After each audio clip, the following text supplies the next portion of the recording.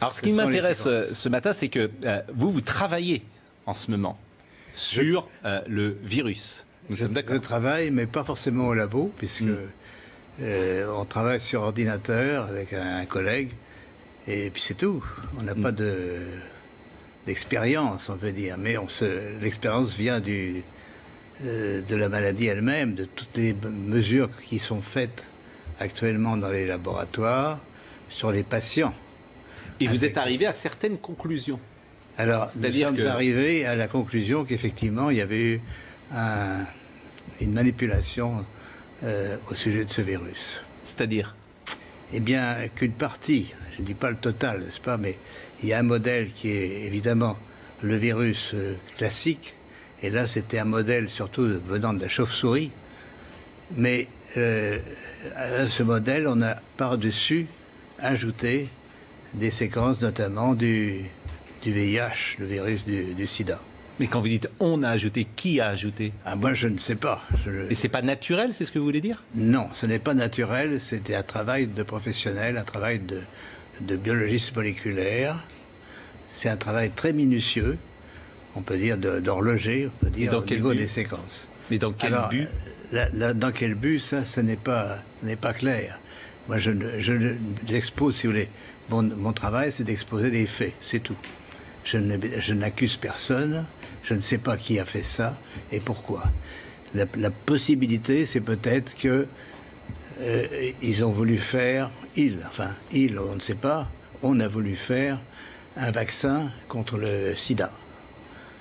Donc on a pris des petites séquences du virus et on les a installées dans la séquence plus grande du coronavirus. Alors, je suis pas sûr de comprendre tout ce que vous dites. C'est-à-dire que dans ce virus, il y a une part de VIH? Voilà, c'est ça. Le matériel génétique du virus, c'est un long ruban d'ARN, n'est-ce pas? Comme de l'ADN, mais c'est de l'ARN. Et dans ce long ruban, à une certaine place, on a fixé des séquences petites de VIH. Mais ces séquences petites ne sont pas petites pour ne rien vouloir dire. Elles ont la possibilité de modifier, par exemple, ce qu'on appelle des sites antigéniques. C'est-à-dire, si on veut faire un vaccin, on peut très bien modifier la protéine qui est exposée pour le vaccin par une petite séquence venant d'un autre virus. Mais vous êtes certain de ça? Parce qu'on a dit que le bruit a couru, que c'était d'une origine humaine, finalement. Et ça a été ensuite réfuté par la plupart des autorités scientifiques, quand même. Il y a quand même une volonté d'étouffement, si vous voulez. Les travaux, nous ne sommes pas les premiers. Un groupe de chercheurs indiens, très, très renommés, avait publié la même chose. On les a forcés à rétracter. Et on les a forcés comment? C'est-à-dire, c'est annulé. Il y a, si vous regardez leur publication, vous avez une grande bande annulée parce que... Mais ce que vous dites là, la plupart des scientifiques disent le contraire, quand même. De moins en moins.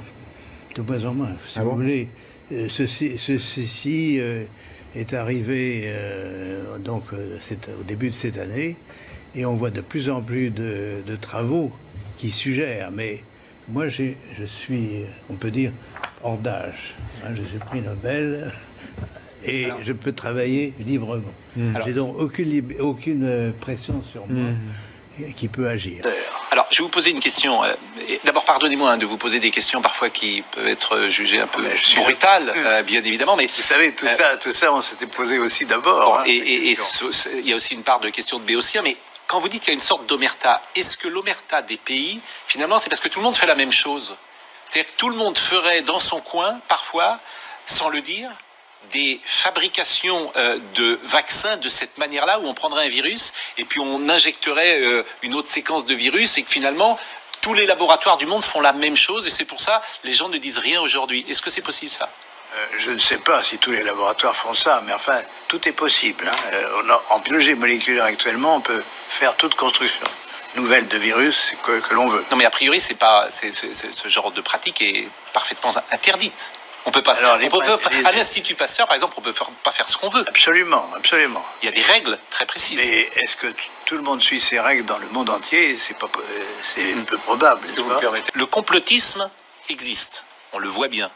Souvent, moi, je me bats, entre guillemets, contre le complotisme en disant laissons cela de côté.